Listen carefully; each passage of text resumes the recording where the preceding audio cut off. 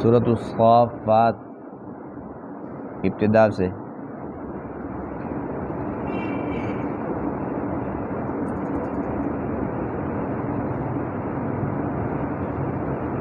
سورۃ الصافات اعوذ باللہ من الشیطان الرجیم بسم اللہ الرحمن الرحیم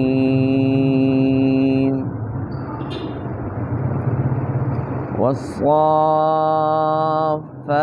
صفا فالزاجرات زجرا فالتاليات ذكرا إن إلهكم لواحد رب السماوات والأرض وما بينهما ورب المشارق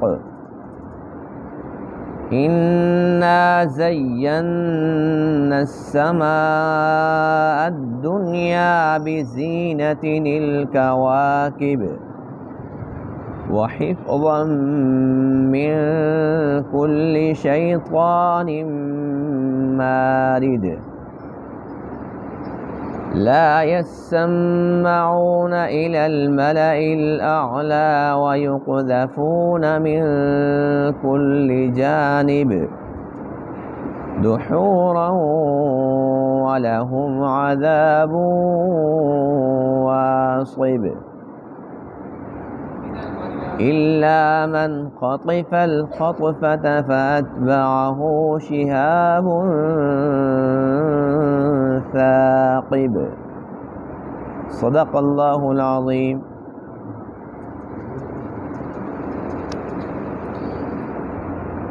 اس سورہ مبارکہ کا نام سورۃ الصافات ہے،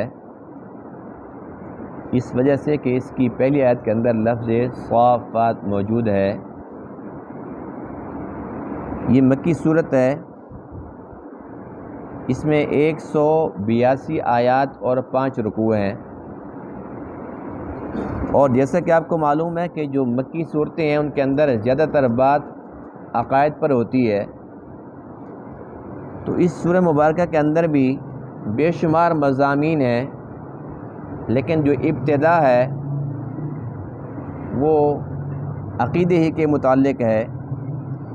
اللہ تعالیٰ نے 3 قسمیں کھائی، 3 قسموں کے بعد ارشاد فرمایا کہ جو تمہارا الہ ہے وہ ایک ہے۔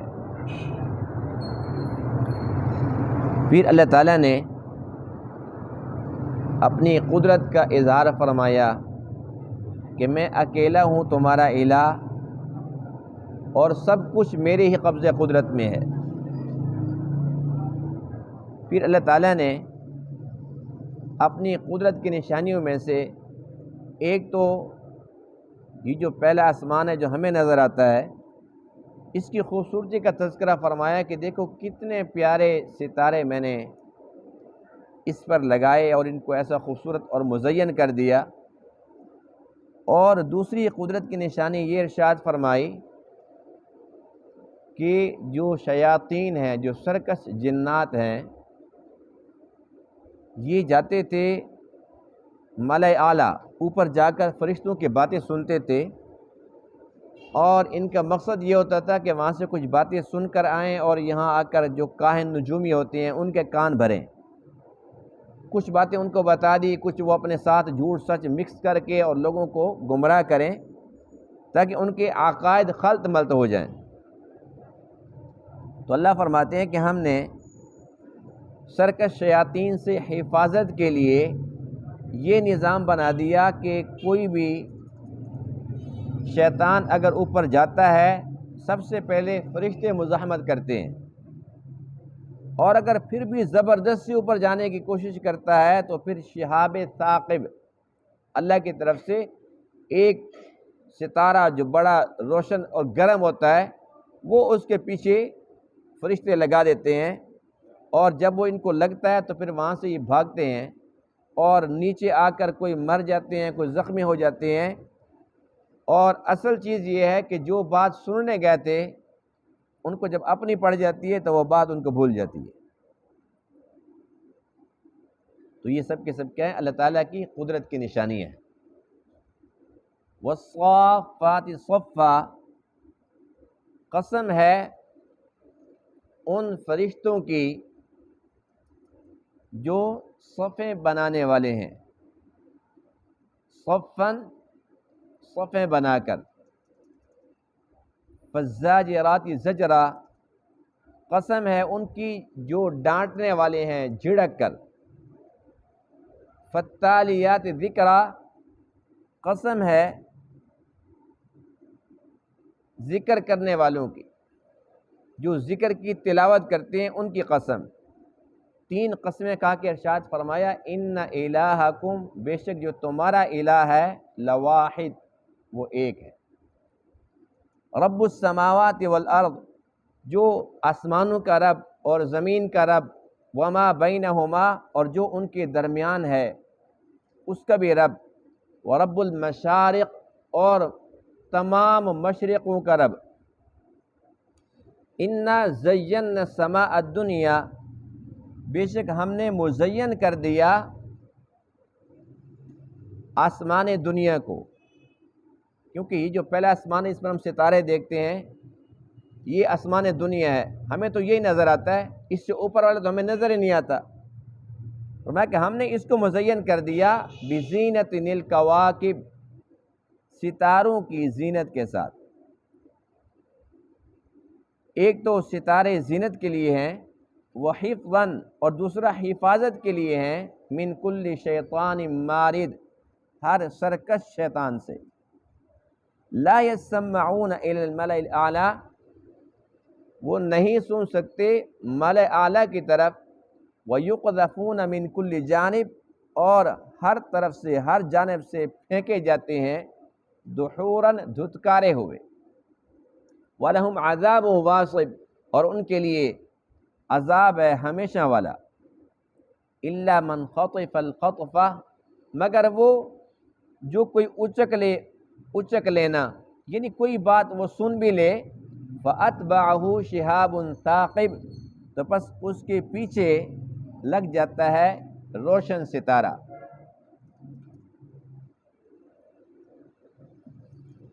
والصافات صفا،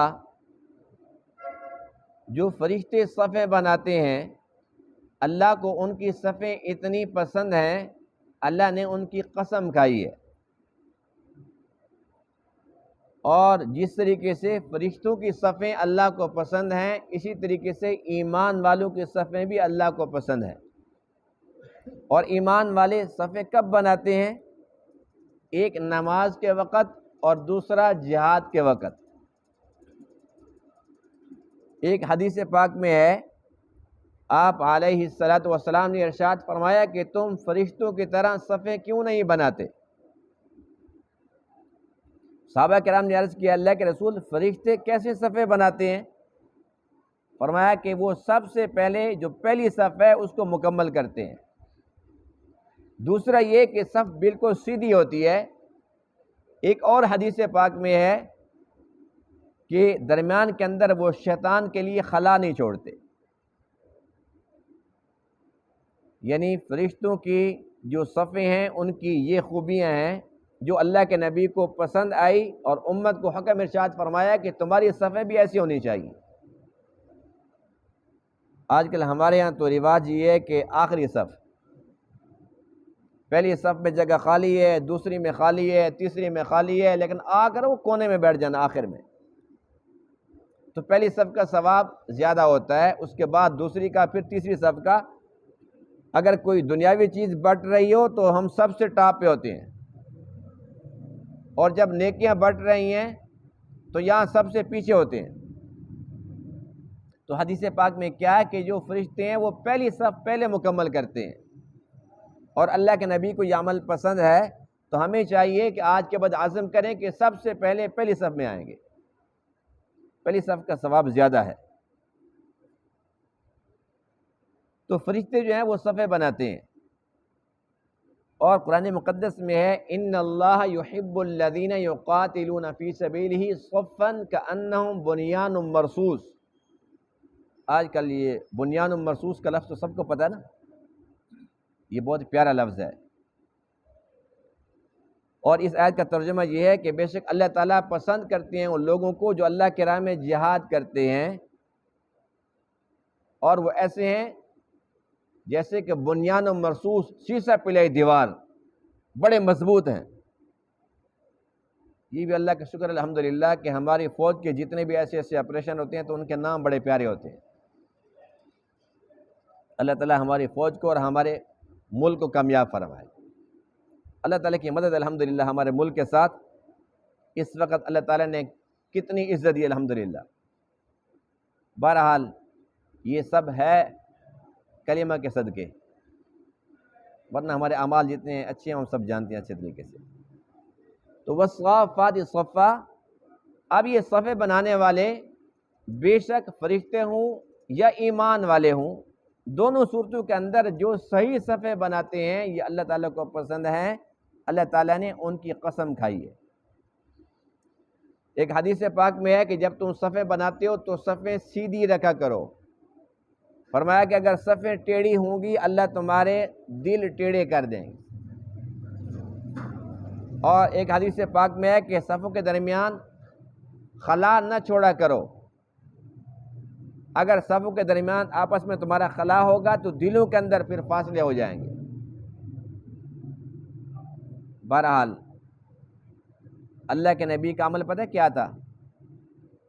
اس کے تو آج تصور بھی نہیں ہے۔ آج تو جب نمازی آتے ہیں تو بس ان کی کوشش یہ ہوتی ہے کہ امام یہ بھی نہ کہے کہ بھئی صفیں درست کرو، بس ٹھیک ہے جی اور نماز پڑھو۔ اتنی دیر بھی جو وقت ضائع ہو جائے گا تو بڑی پریشانی ہو جائے گی۔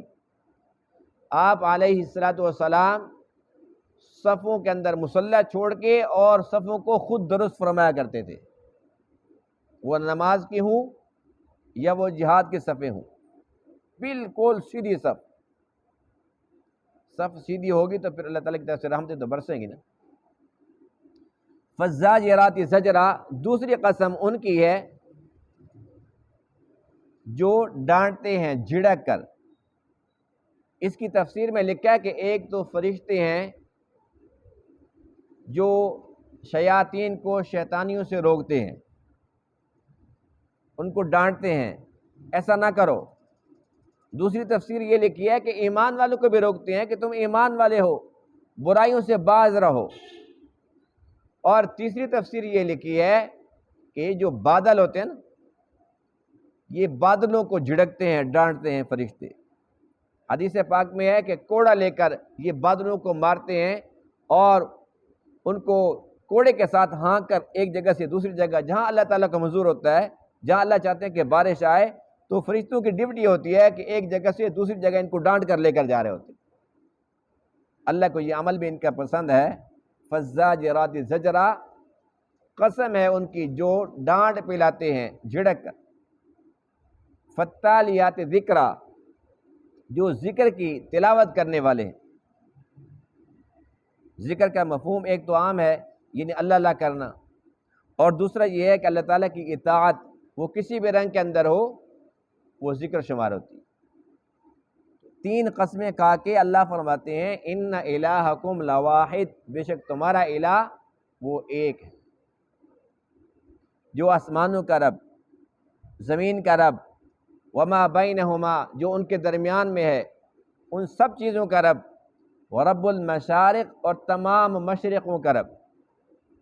اب مشرق کی جمع ہے مشارق، اور ہم کہتے ہیں جی مشرق تو ایک ہے، مشرق مغرب۔ قرآن کے اندر یہ لفظ